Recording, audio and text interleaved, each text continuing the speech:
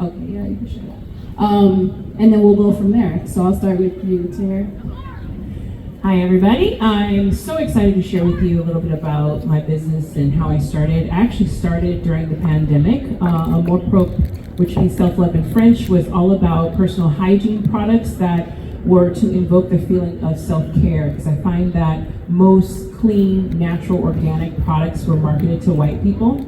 I didn't find that they were coming from a melanated perspective, so I created the products that I wanted to use for my family and then give that out to the world. So the pandemic gave me a gift as a creative. It gave me the best gift in the world, which is time.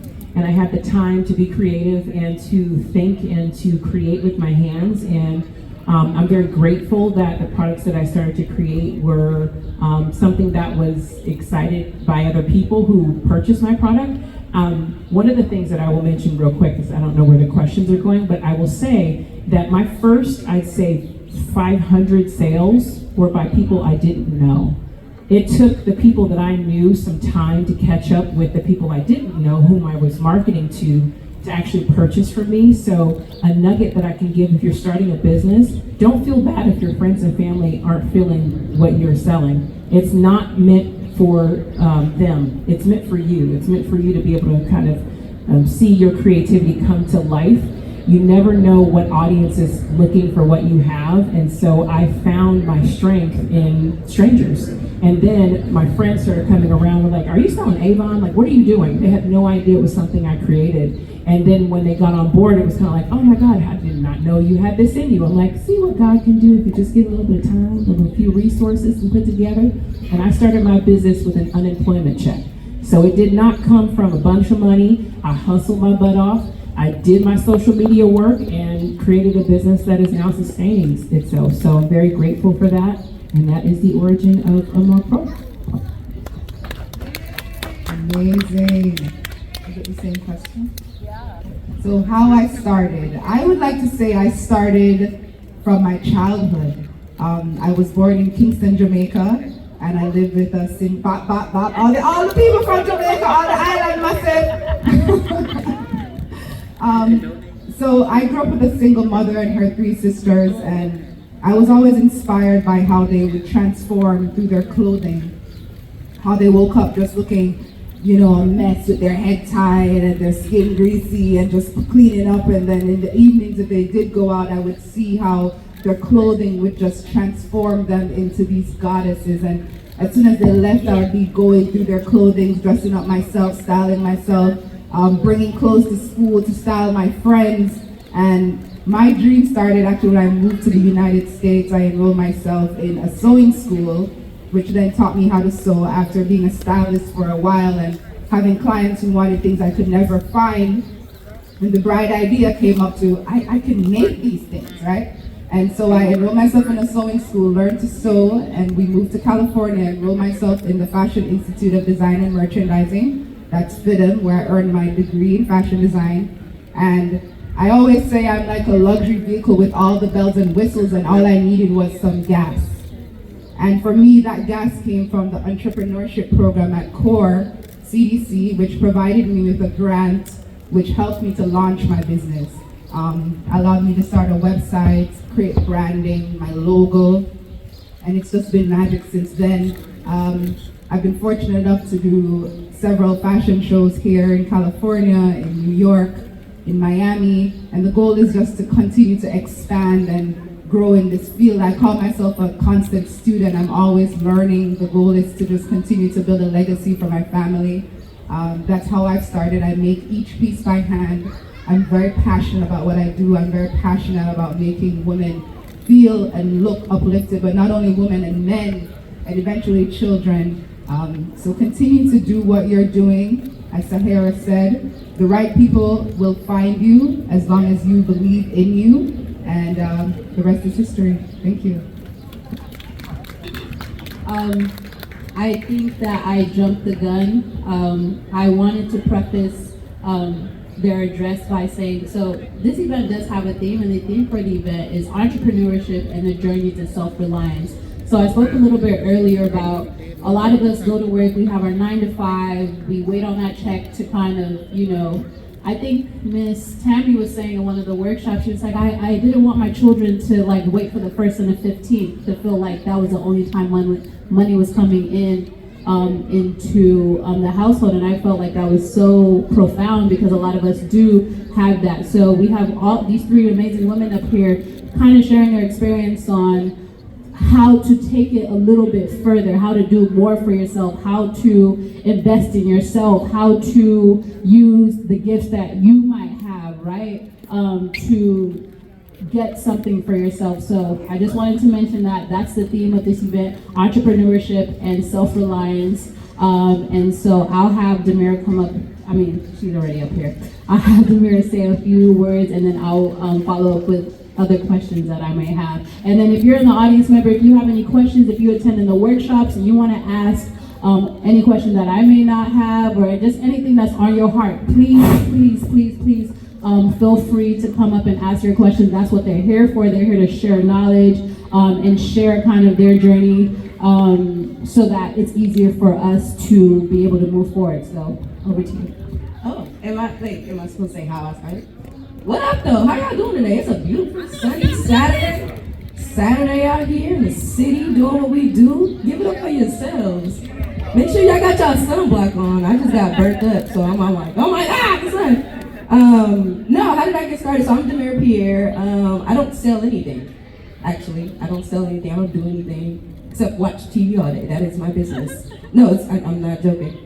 No, but how did I get started? So essentially what I do is I sell ideas, right? So I have these things that come to my mind. I'm like, man, like that would be dope to see it as a or hear it as a podcast, see it as a TV show, or see it as something cool. And I go and I like basically convince people that this is a great idea of seeing, you know, I don't know, a story about 5 Black boys from Boston who had a music group. What did that show become? It became the New Edition story, right? So essentially what I do is I turn creative ideas into tangible productions. And so outside of my corporate life, like I've been working in film and TV and media for the last 10 years.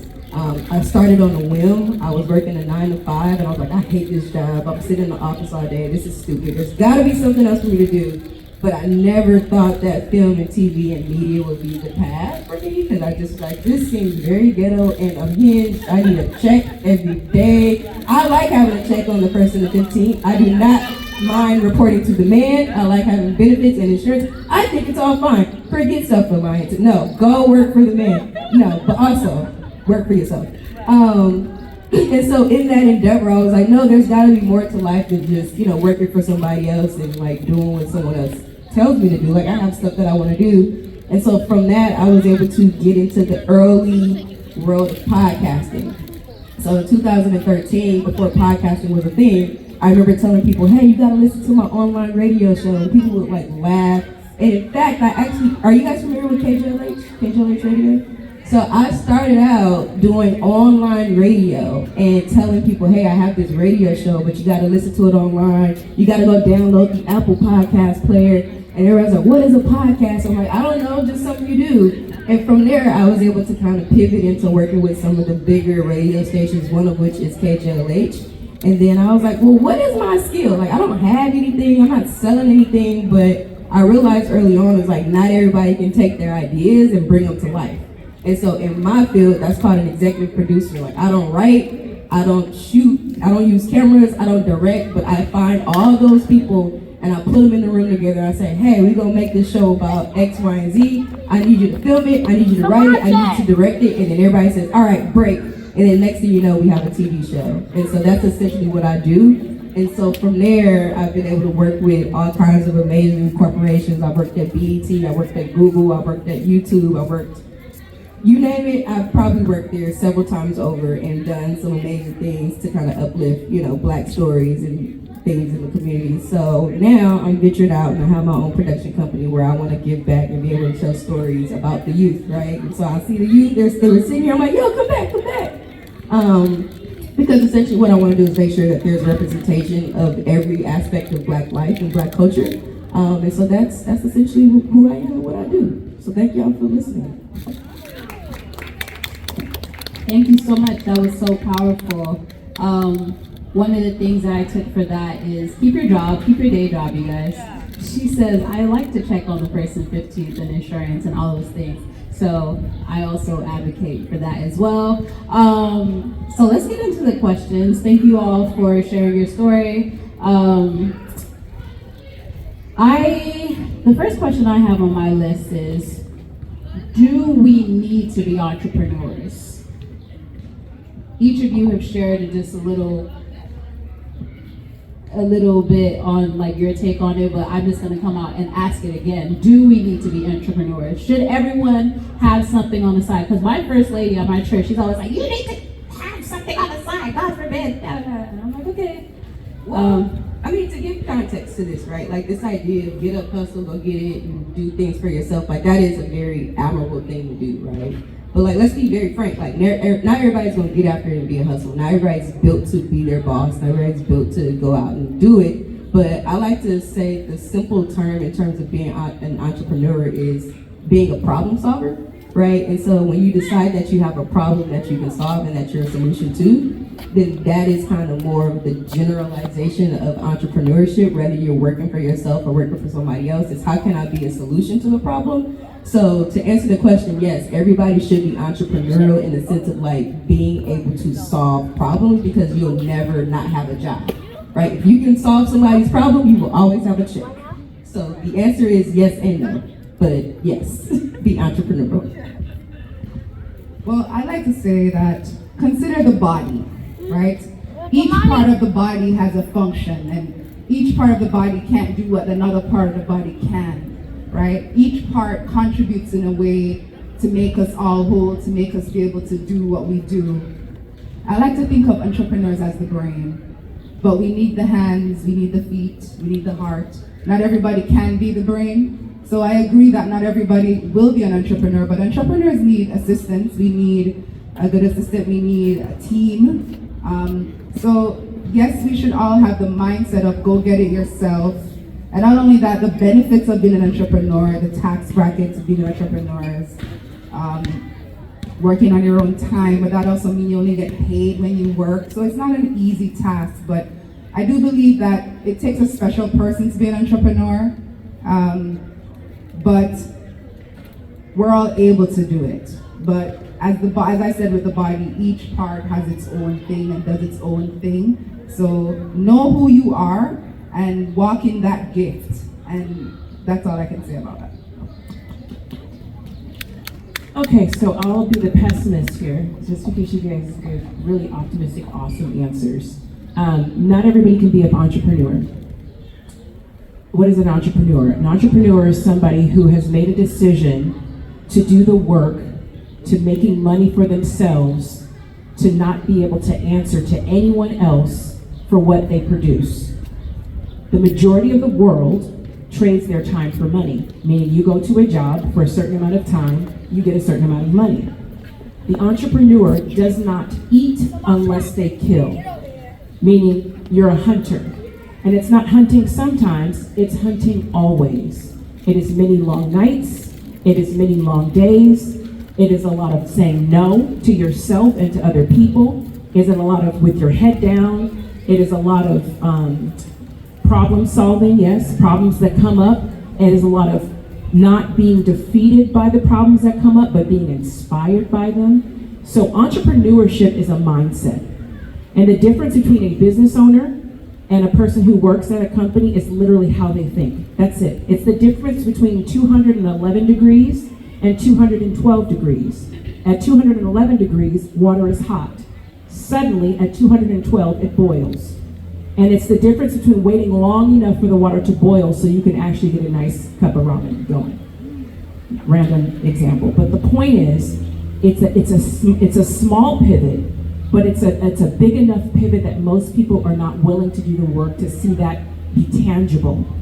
As a business coach, because I also work with people on mindset, on personal development, on developing a business, on starting a business and growing a business, I can tell you what to do.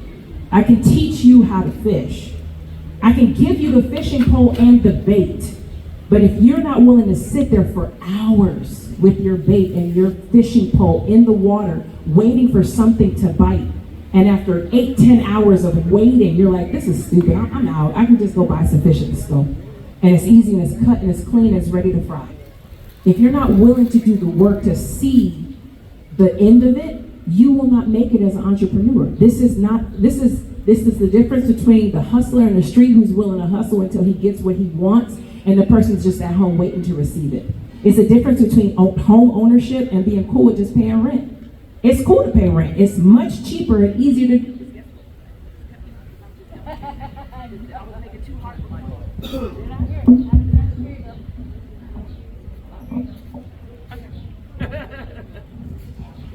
The point was too hot. I was hurting too many souls up in here. I was hurting feelings. But I want to be honest with you, because the difference between me and any other business person who has tried something and shut their doors because it got hard, or because it got expensive, or because it got too difficult, or they didn't receive the support that they needed, is the reason why I will be successful over the next person. And not in a competition or a cocky way, but I'm willing to go the distance. I'm not going to throw the baby out with the bathwater just because I experienced a problem.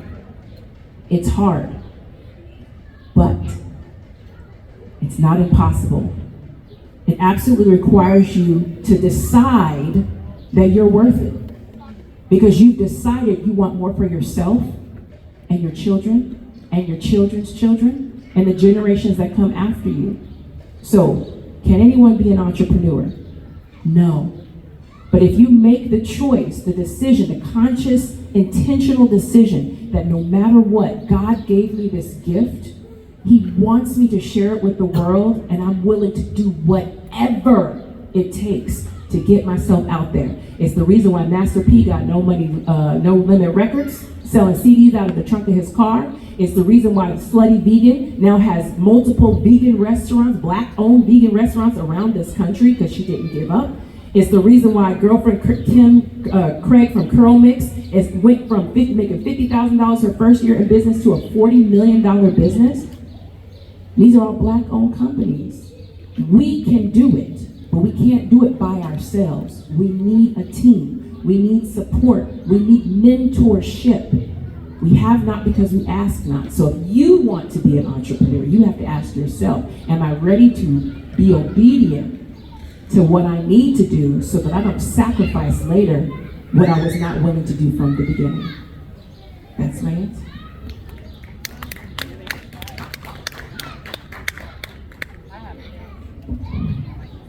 I have chills. DJ Don, the mic isn't working. I think it's just Check. coming out. Okay. I can spit it out 16. Wow. Do we have any questions from our audience members? I don't even know what to say following that. Miss Benita, you have any questions?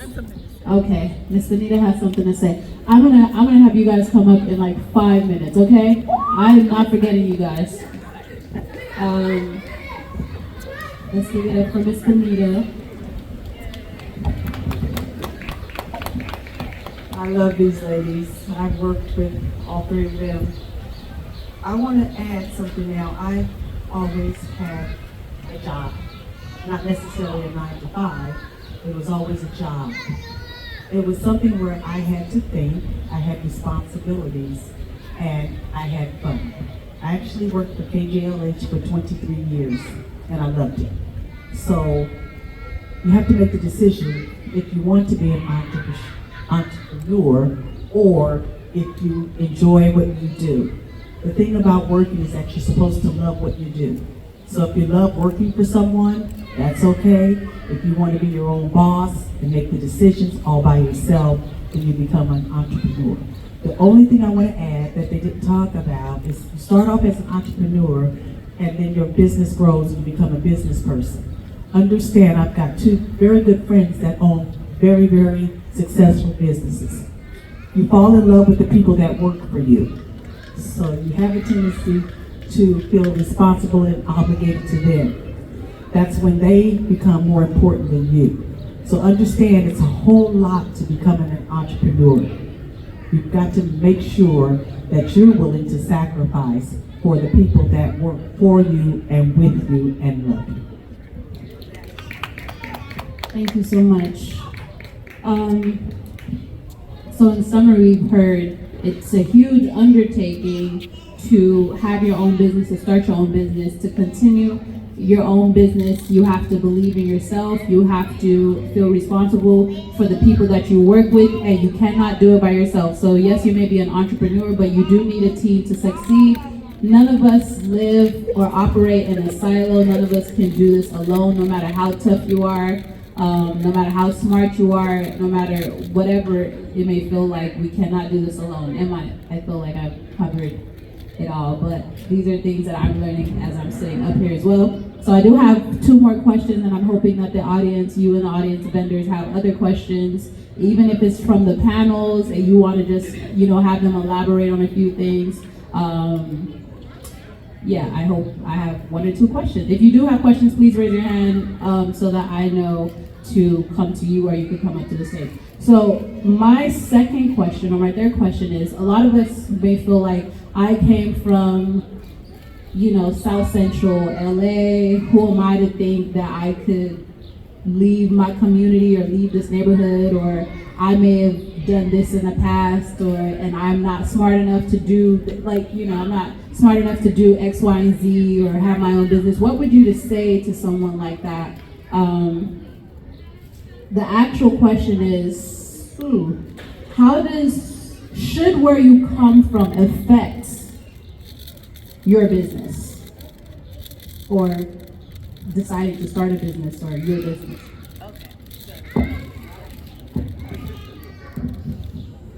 Okay, so I am a proud Compton native. You guys may have heard of it. There's a guy named Kendrick Lamar, has a great song out, Not Like This. So for me, I'll say this. I've sat in rooms with all kinds of folks. I've sat in a room with First Lady Joe Biden. I've met President Obama. I've met Stevie Wonder. I've worked at Google. I've been all across the world, Japan, Australia, whatever. And I am a black girl from Compton. I did not graduate college. I was like, you know what? Whatever this is in me that I want to do, I don't know what no is. The idea of being told no, what is that? And I think the balance for me is I tap into a higher source, which is God. I am a firm believer that I am a king's kid, and whatever I should have access to, God will allow me to do it. Wherever my feet are supposed to be, He'll put me there. And with that, I use whatever little bit of hustle and tenacity that I have to go forth and do it. So this idea of little becomes much when God is in it, right? Everybody starts where they are, right? I would have loved to be, a product of nepotism. My parents are millionaires, and I can just be like, yo, bankroll my movies for $100,000. But no, that isn't my story, right? But at the end of the day, my story is going to be success. Now, how do I get to success from Compton? I don't know. But at the core of it, I'm I know what I got in me, and I know who's in me and whose I am. So that's all I got. All I got is God and guts. And we gonna spill them out, and we gonna see where we end up. Because the worst case scenario is I stay where I am. But the best case scenario is I get out of here and I'm able to come back and give back and help somebody else pay it forward. So your situation of where you are now definitely shouldn't be a marker for where you're gonna go. It should be the motivation of where you wanna go.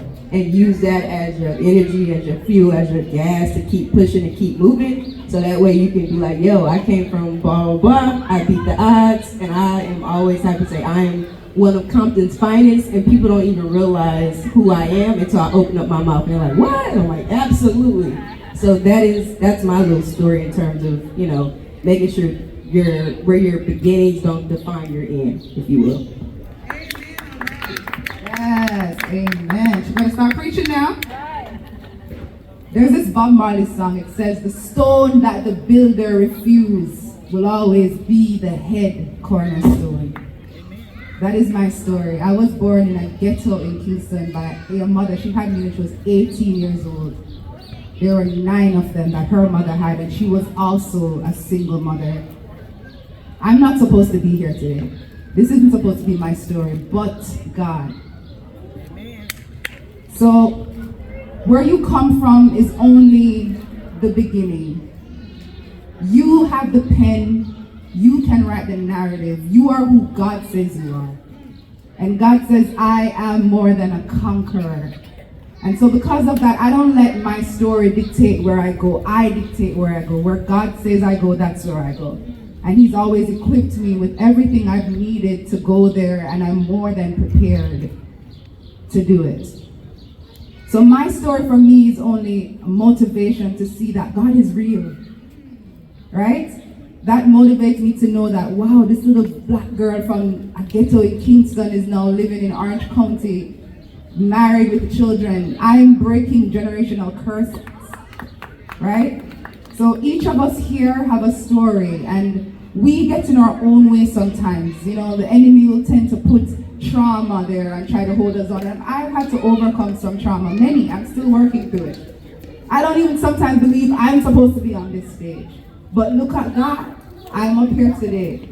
So I believe that where you come from is really just the root, right? But then from that root grows a stem, and then the fruit I try to produce is what God pours into me, and I try to produce good fruit.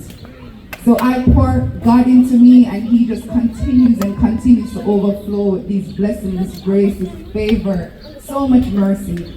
I'm not ashamed of my beginning. I'm motivated by it. I wasn't supposed to be here, but here I am. So I trust that God has purpose for me. I believe that each of you here today are here for a reason. You're supposed to hear the words coming from each woman's mouth up here. Amen. You are selected. This is all intentional. So don't be ashamed of where you're from. I remember I used to lie about what my parents did when I was going to high school. I went to a prestigious high school on the island. A lot of the kids there, their parents were married. My parents weren't married. I had to take the bus home. I lied about what my mom did. I was so ashamed of what my father did. And then I had to realize I'm not my circumstance. I dictate who I am. And if I decide to let my circumstance dictate who I am, I wouldn't be here today. So I just trust God's process for my life. I believe I can do anything. And because I believe that, I step into a room confident knowing that. I have to give myself a talk first. I have to pray to the Lord and remind myself. I have to constantly remind ourselves, because we come from all of this, right? This mess. We probably came from some abuse, some trauma, all these different things that stem from not having the right tools, right? But we don't have to continue that narrative. And I've ended that narrative today. I've broken generational curses. And I celebrate that every day with my business, with how I treat my children, with how I treat myself, with how I treat others, with how I will treat the people in my company, the team I will grow, the business I will grow.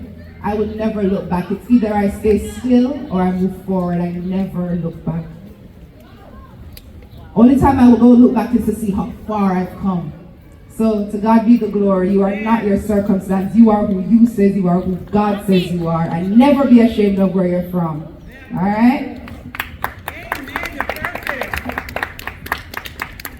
All right, so that was amazing. And the only thing that I could think to add to the conversation is to remind us that no matter where we're from, our choices dictate where we're going. A lot of times we feel restricted by our choices because of the selections that are available to us, the cards that we were dealt, if you will. I was born and raised in Oakland, California, near Sobrani Park, which, if you don't know anything about Oakland, it's as hood as it gets. But my mother, we lived where we could afford. My mother, I feel like every parent has a theme for their children, if you're an intentional parent. And my mother's theme for her children was education, which meant we weren't going to have a lot of vacations, we weren't going to necessarily focus on, having a nice place to live or, do a lot of expensive things. Her thing was, she was going to spend all of her, not clothes, like we wore pro wings, like we stayed at Payless, anyhow. She didn't spend a lot of money on anything, but the only thing she spent money on was our education. She sent us to private school because she was determined for us to go to college, me and my sister. And we did. I was the first to graduate, even though I'm the baby. My sister took 10 years because anyhow, that's a whole separate conversation. But I graduated in 4 years with a child from college. I was determined to be something. And when I left Oakland, it was very scary because that's what I knew and I was fine with it. But then I realized I had to make a choice to do something different because everybody else that I saw in Oakland had the same life. And I knew that God had something different for me, so I knew I had to leave. And I I came down, went to Cal State Long Beach, I graduated from down here, and then discovered LA, discovered acting in Hollywood, and started off as a seat filler. And was like, oh, this is cool. I was right next to Nelly and Kelly Rowland. They had that song back in the day. And it was so cool. I was like, wow, I'm next to celebrities. This is awesome. What if I attached myself to this life? So I started making a series of choices that helped me to get closer to my dreams, for lack of a better way. I'm quoting lyrics from songs now. But the whole point was the choices that I made, good or bad, led me down a path. And if I didn't like that path, I started making different choices. And now I'm to the point where I'm so in sync with myself and so in sync with God and the people that I have in my very, very tight circle that everything goes my way every time I make a choice. Because my choices are based in logical decisions that are intentionally rooted in what I want. And I think Oprah recently talked about the problem with most of us is we don't know what we want. So how can you possibly make a choice on what you want to see happen in your life? And then the Bible says we have not because we ask not. So if you don't know what you want, you won't know what to ask for, and therefore God cannot provide. So it's really biblical, and this is why I talk about mindset with people, because it starts here.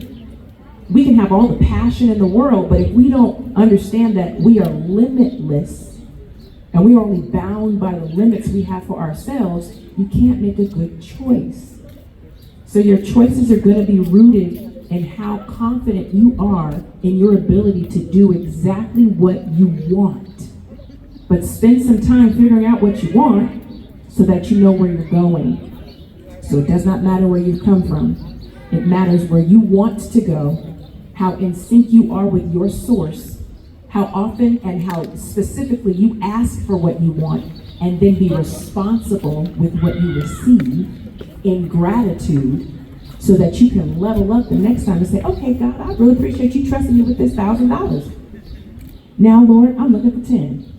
And this is what I'm going to do with this 10. I want to do this, and I want to do this, and I want to do that. Lord, can you bless me? Okay, well, I saw you with that 1,000. You did get your nails done a few weeks. You did shop at Amazon a little bit too much. You said you were going to invest it in something that was... So be responsible with the gifts that God gives you so that when you make choices, they yield results that he knows he could trust you with the 10,000, with the 100,000, with the million, with the 10 million, with the 20 million. You can't even conceptualize that until you've gotten the foundation. So no matter where you go, get yourself educated. That doesn't mean going to school per se, but get yourself and read a book, get a mentor, talk to somebody, learn. Like you said, be a constant learner, receiver of information, because that's the difference between a business owner and someone who is not. The business owner seeks the knowledge. The worker wants the money for the time.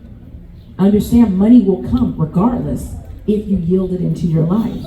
So if you're a business owner, understand that it's your job to seek the source, the knowledge, and money will be bestowed upon you. Don't chase the money, attract it.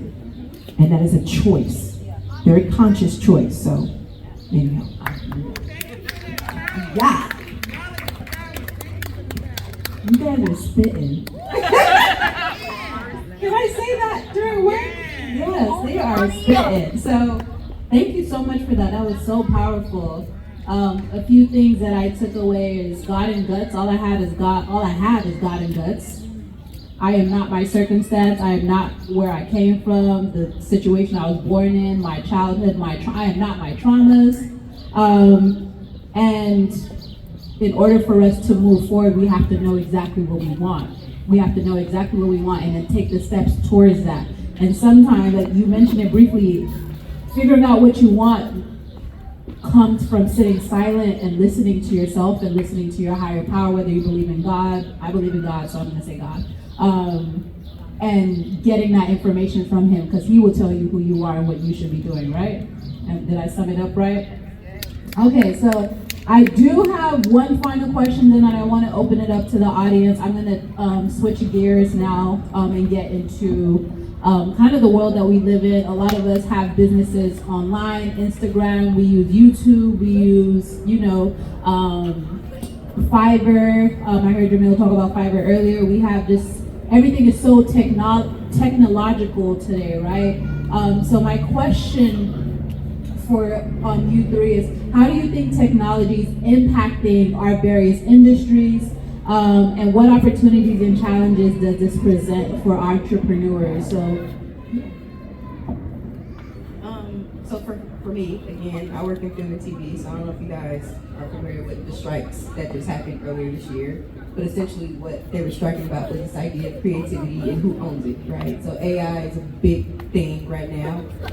There's two things, right? Like, it's cheaper, it's timely, and it allows you to create things in a way where you wouldn't necessarily have access to do it. And so as the executive, I am a proponent of technology, right? Because it streamlines the process. I don't have to hire all these different people to do one thing. I can just put it in the robot, and the robot will spit out all these different storylines and things like that. But the other side of that is, with anything that's new, that means there's new opportunity. And so I always tell people, it's like, embrace technology, because somebody has to program the robots, right? And so if you figure out a way to learn how to program technology, how to use technology to your benefit, it doesn't replace you. And instead, like, you put a premium on the things that you're able to do for your customers and your clientele. So for example, if you're an online business and you're like, you know what, like, I'm just tired of having to go into the email, having to figure out, what's the most effective way to get my packages out and logistically, there's an actual programming software that'll tell you, like, hey, most of your customers are located in Oakland. You need to be targeting your marketing efforts there, because that's where most of your money should be spent, and you'll get this amount of return based on this amount of investment. So that way it streamlines the process, and you're not like just spending resources on marketing in,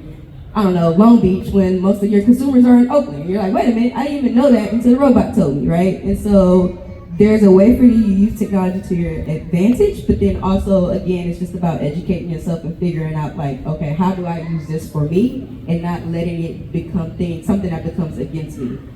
So my field, like I said, I don't sell anything. I don't have any products. I don't go out and be like, hey, buy this. My mind is my business. So if I can tell the robot what to do, now I've incorporated another aspect of my business to say, hey, you, the studio who doesn't know how to use AI technology, I actually can tell the prompts to say, hey, create this script, create this animated series, because now I have a mind to where I'm talking in code, and the studio executive is like, well, I don't even know what you're talking about, so now I'm gonna give you $100,000 contract to come do work for 3 months for me. Now I'm like, all right, bet. So that's how I'm using technology to my advantage. It's figuring out, okay, what's the back end game, and then how do I make it profitable to me and what I do in my business as a creative.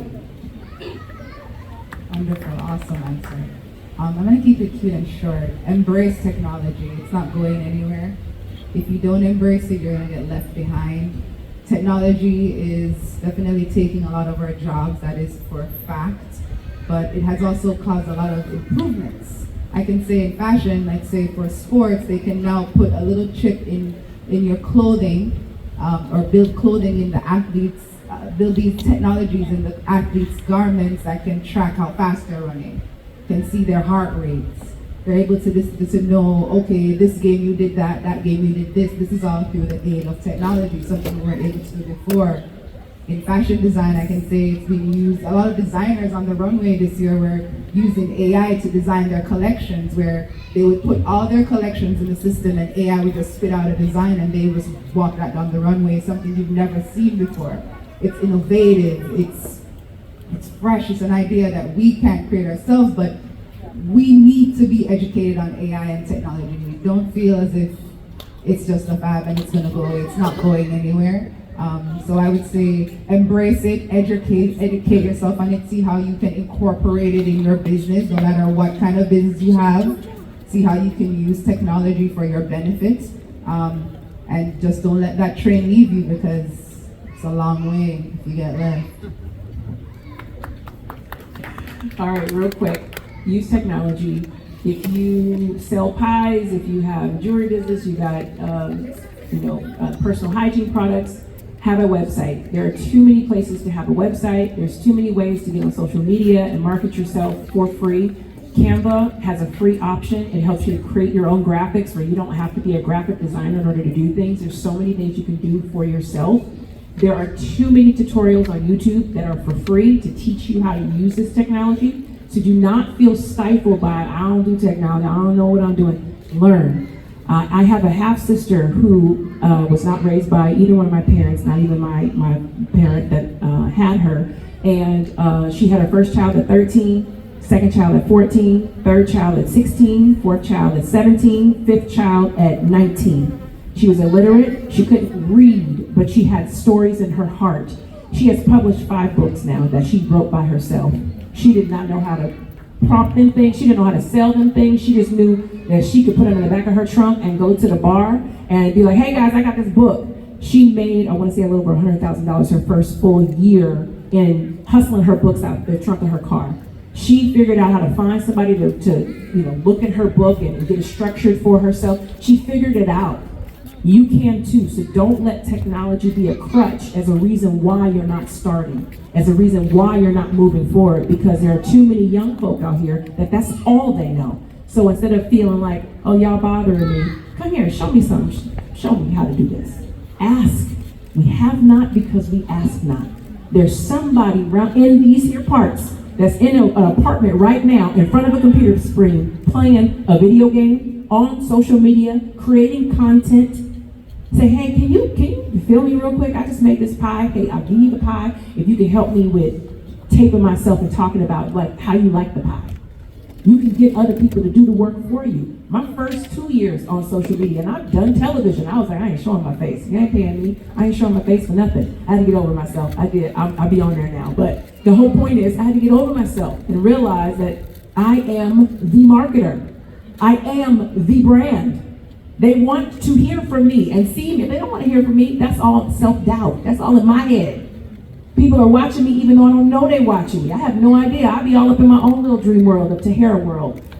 People watching. People are watching you. They're watching you. They're watching you. They're watching you. And they're listening. So get out there.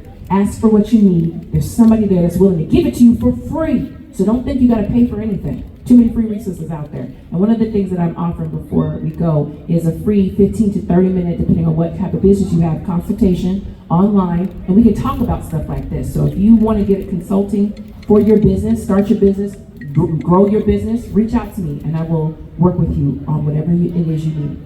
Okay. She's my mentor, y'all, so she knows what she's talking about. All right. Are we plugging stuff? Is it time to plug stuff? Oh, well, while we plugging stuff, y'all know I'm a proud Compton native, so I'm excited. I am producing Compton Fest this summer in partnership with the mayor's office. We'll be at Compton College, so make sure you guys come out. Vendors, Capital One, Google, Chase. We're doing financial literacy, workshops. We're giving away grants. We're doing STEM and technology panels for the kids, gaming for the kids. So Compton Fest, if you're on Instagram,